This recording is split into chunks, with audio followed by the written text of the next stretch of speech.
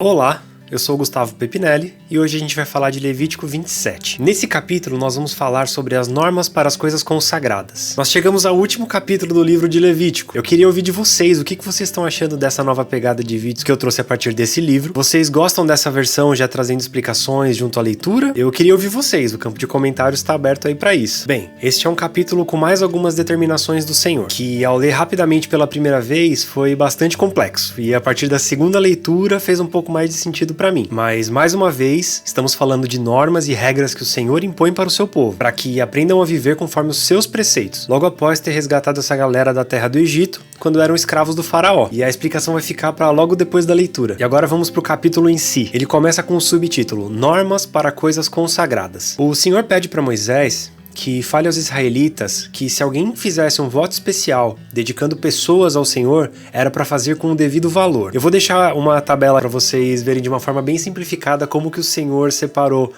os valores em prata, tá? Então dá uma olhada nessa tela aqui.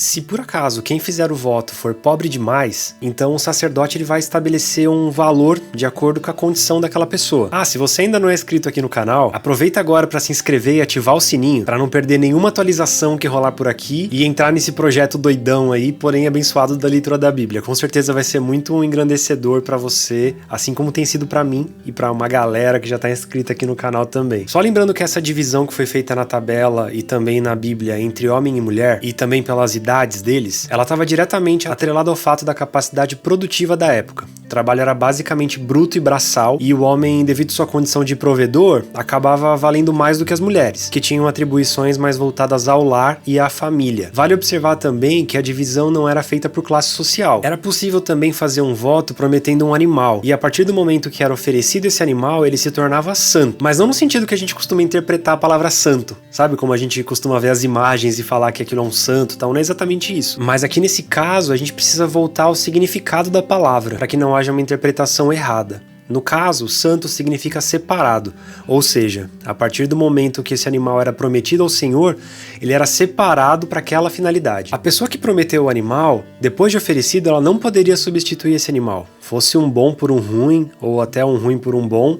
Caso ele tente substituir, ambos se tornariam santos. Caso o animal prometido fosse impuro, não aceitável como oferta ao Senhor, o sacerdote faria uma avaliação das condições do animal, baseado em suas qualidades, e determinaria então o valor dele. Caso o dono deseje resgatar o animal, seria acrescido 1/5 do seu valor. Também era possível consagrar ao Senhor a sua casa, e o sacerdote também faria avaliação dela por suas qualidades. Então era determinado o valor dela. Caso o homem que consagrar a casa desejar resgatá-la, também será acrescido 1/5 ao seu valor, e a casa voltaria a ser dele então. Caso o homem deseje consagrar ao Senhor parte das terras da sua família, a avaliação da terra seria feita de acordo com a semeadura. E isso é bem legal, porque hoje em dia a terra é avaliada em alqueire com metros, né? E não como área plantável. Então se alguém compra um terreno gigante, mas que 70% dele é de pântano, ele perdeu toda essa área de plantio, o que vai ser um prejuízo imenso se a intenção era cultivo de alguma coisa para comércio, né? Então eu particularmente achava mais justo essa forma de avaliar aqui que foi apresentada. Outra coisa que influenciava o preço era com relação ao ano do jubileu.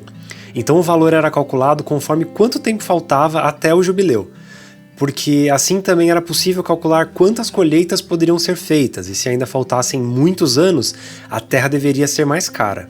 E ao contrário, se faltassem poucos anos para o jubileu, assim a terra deveria ser mais barata. E já falamos sobre isso no capítulo 25. Eu vou deixar um card aqui para vocês assistirem, caso não tenham visto ainda e tal. Mas de qualquer forma é bom você acompanhar a leitura de Levítico como um todo. Eu tenho certeza que vai ser edificante para sua vida. É possível também o dono resgatar a sua terra, mas ele deveria também acrescer 1/5 do valor e a terra voltaria a ser sua. Porém, se ele não resgatar ou se ele tiver vendido ela, não poderá mais ser resgatada. Quando a terra for liberada no jubileu, ela será santa, consagrada ao Senhor, e então se tornará propriedade dos sacerdotes. Aproveita agora para dar um like nesse vídeo e ajudar a trazer relevância para esse conteúdo, assim o YouTube vai entregar ele para mais pessoas que desejam ler a Bíblia. E ainda falando de propriedades, se um homem consagrar ao Senhor terras que ele tenha comprado de alguém que não fazem parte da propriedade da sua família, então o sacerdote determinará o valor de acordo com o tempo que falta para o ano do jubileu.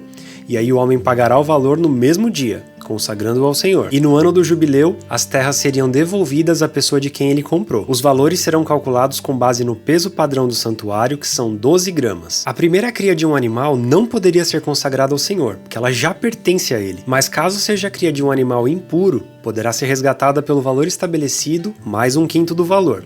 Mas se não for resgatada, será vendida pelo valor estabelecido. Aqui tem uma determinação que está escrito exatamente assim. Todavia, nada que o homem possua e consagre ao Senhor, seja homem, seja animal, sejam terras da sua propriedade, poderá ser vendido ou resgatado. Todas as coisas assim consagradas são santíssimas ao Senhor. Nenhuma pessoa consagrada para a destruição poderia ser resgatada, teria que ser executada. Os dízimos da terra, tanto dos cereais quanto das frutas, pertencem ao Senhor, são consagrados ao Senhor. O dízimo do seu rebanho também era consagrado ao Senhor. Os escritores rabínicos dizem que funciona assim. Quando o homem deveria dar o dízimo das suas ovelhas ou gado, ele trancava todo o rebanho em um curral, no qual havia apenas uma porta estreita, que deixava passar apenas um animal de cada vez. O homem prestes a dar o dízimo ao Senhor ficava na porta com um cajado na mão, cuja extremidade era tingida de vermelho ou ocre avermelhado. As mães das crias ficavam do lado de fora. Quando a porta era aberta, as crias corriam para as mães, e quando passavam, o dono tocava um animal em 10 com um cajado. Então, conforme passavam 10, o 10º ele tocava com o cajado e ele ficava marcado com a cor que estava na ponta do cajado. Se fosse forte ou fraco, perfeito ou defeituoso, seria dado como dízimo legítimo. Esse texto ele foi extraído do Comentário Bíblico Adventista do Sétimo Dia, volume 1, página 887. E aí na leitura o capítulo termina dizendo que esses são os mandamentos que o Senhor ordenou a Moisés no Monte Sinai para os israelitas. Esse capítulo ele se refere a tudo que o povo entregar a Deus através de um voto, de uma promessa ou coisa assim. Seja uma pessoa, um animal ou terra. Na Bíblia de Genebra, se refere ao capítulo como sendo presentes que os israelitas prometeram a Deus que provavelmente em alguma dificuldade tinham feito um voto com Deus. Ele estava consagrando coisas ao Senhor. De certa forma, eu compreendo de uma forma bem particular. E um pensamento meu mesmo, que esse capítulo aqui funciona meio que como as ofertas que entregamos nas igrejas que frequentamos atualmente. Nós entregamos ao Senhor em dinheiro, na maior parte das vezes, para que sempre a igreja tenha como se manter. Então a gente está diretamente contribuindo com a saúde da igreja como instituição. E indiretamente na vida de todos os levitas, sejam os pastores, os músicos, os líderes que compõem a diretoria da igreja, etc. Nós entregamos nossos recursos e os líderes fazem a administração dele. Porém é consagrado ao Senhor. Então quem entrega está entregando a Deus. E o que o homem faz com isso é responsabilidade dele e deve ser prestado conta ao Senhor. Mas aqui no capítulo eu entendo dessa forma, não exatamente com dinheiro, mas com tudo que o homem entende melhor, e ele promete isso a Deus, como forma de demonstrar sua devoção com o Senhor. A gente termina aqui então o livro de Levítico, e eu vou deixar um card aqui para que você acompanhe desde o primeiro capítulo desse livro, que com certeza marcou uma nova etapa aqui no canal, foi determinante, não tenho dúvida disso, inclusive para minha vida.